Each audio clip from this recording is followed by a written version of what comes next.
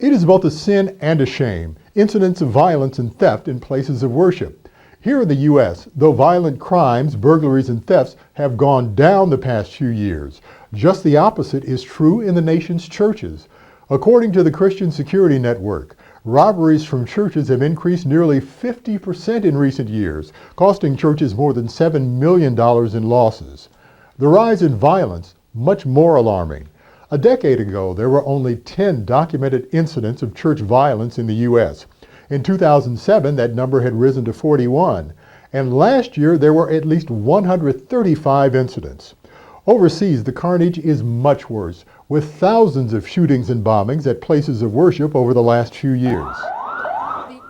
It was just last month that two suicide bombers set off explosions, killing nearly 100 worshipers at a Christian church in Peshawar, Pakistan. 2 days earlier, 15 people were killed at a mosque in the city of Samarra in Iraq.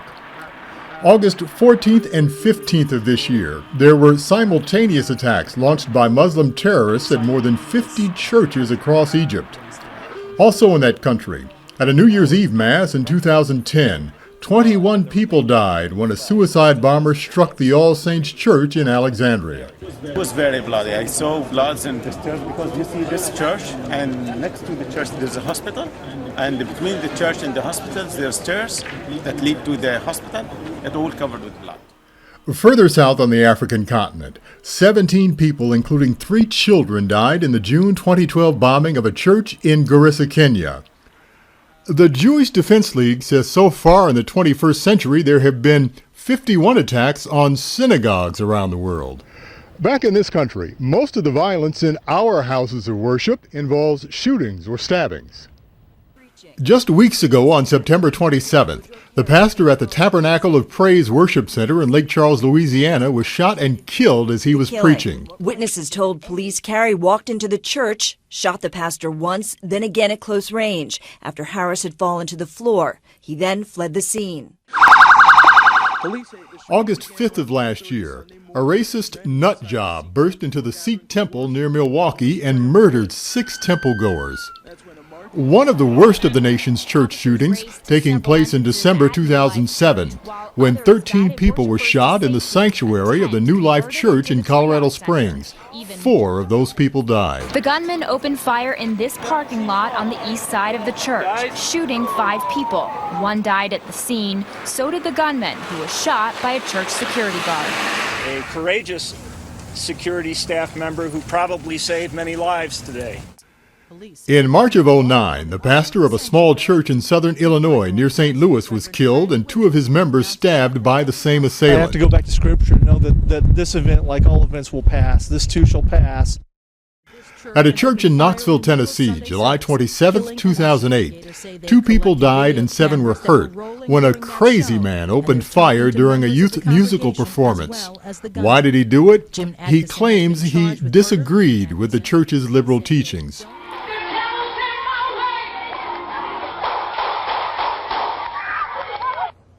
The wave of violence in America's churches have made church leaders much more security conscious, and increasingly church personnel have been going to security seminars, like this one held in Houston, and taking part in on-site training scenarios, such as this one at a church in Richmond, Virginia. It's an unfortunate sign of our times that churches can no longer afford to simply place their faith in God, but must also place it in security guards, to focus attention on weapons as well as worship, to be concerned with saving lives along with saving souls. In May of last year, an on-duty security guard fell victim to violence. 84-year-old Joseph Lewis was killed while on guard in the parking lot at a church on the west side of Detroit. It is alleged that the defendant, Boone and Williams, approached Mr. Lewis and a physical altercation ensued. The suspect fired shots, fatally wounding him. My family is relieved. We're still saddened by everything that happened. We don't understand why. While more and more churches have security personnel on hand at services and other church functions, many are still unprepared for a violent attack. According to the National Organization of Church Safety and Security Management, 70% of America's houses of worship have no kind of security force or even a safety plan. I'll have more on the subject of violence in church a bit later in our commentary segment, My Two Cents. Earlier in this program, we had a story about violence in churches and other places of worship. It's a very disturbing trend. Over the past decade or so, we've seen a significant increase in the number of incidents of shootings and stabbings in what are supposed to be places of love, peace, and reverence. A decade ago, there were only 10 incidents of church violence reported in America. By last year, that figure had risen to 135. Why? How can it be that there is such defilement in what's supposed to be God's house? It seems we can no longer depend even on our places of worship to be safe havens from murder and mayhem. In more and more churches these days, money is being taken from the collection plate to pay for security personnel, for alarm systems, and for high-tech locks on the doors to church administrative offices. Again, it begs the question, why? And it makes me wonder about all those verses in the Bible about God's protection, such as Isaiah 54:17, which declares, "No weapon that is fashioned against you shall succeed." In Psalm 121:7, where it's written, "The Lord will keep you from all evil." I've always read and heard that God is omnipotent, all-powerful, that with God any good and righteous thing is possible. I wonder if that's really true in these days and times. Could it be there are things which God cannot do, which are beyond even His ability to intercede, to influence? Now, some of you may consider it blasphemous even for me to pose the question, but I believe that doubt about some aspects of God is not a negative. On the contrary, to the very fiber of my being, I agree with the sentiments of Brian Jones, written in his book, Second Guessing God, Hanging On When You Can't See His Plan. Pastor Jones writes that doubt is a natural part of Christian life, and that Jesus uses people who struggle with doubt to change the world. Indeed, in the Bible it's written that the closest followers of Christ, His disciples, expressed uncertainty from time to time. In a boat during a storm on the lake, written about in the 14th chapter of Matthew, Peter was doubtful even when he saw Jesus walking on water. Come! No! Don't go, Simon! I want to go!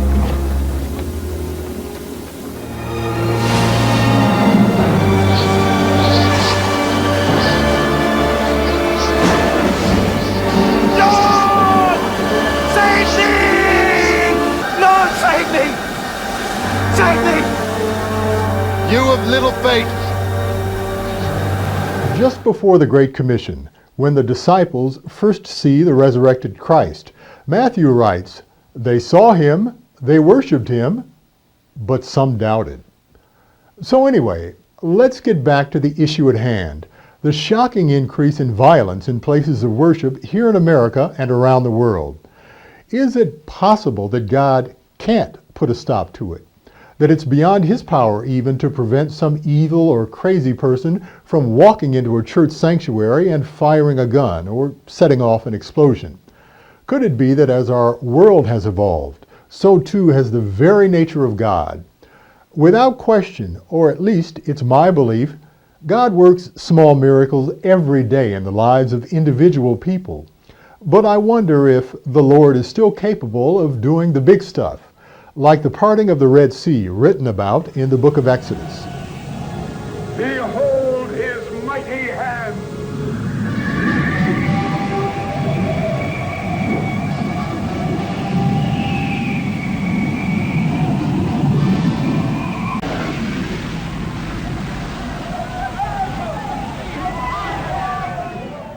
If God really had the power to intercede, would He not have prevented or stopped the monstrosity of slavery in America? Wouldn't He have prevented the Holocaust, rescued 6 million Jews from Nazi gas chambers? He is God. Blessed be the name of His glorious kingdom, forever and ever.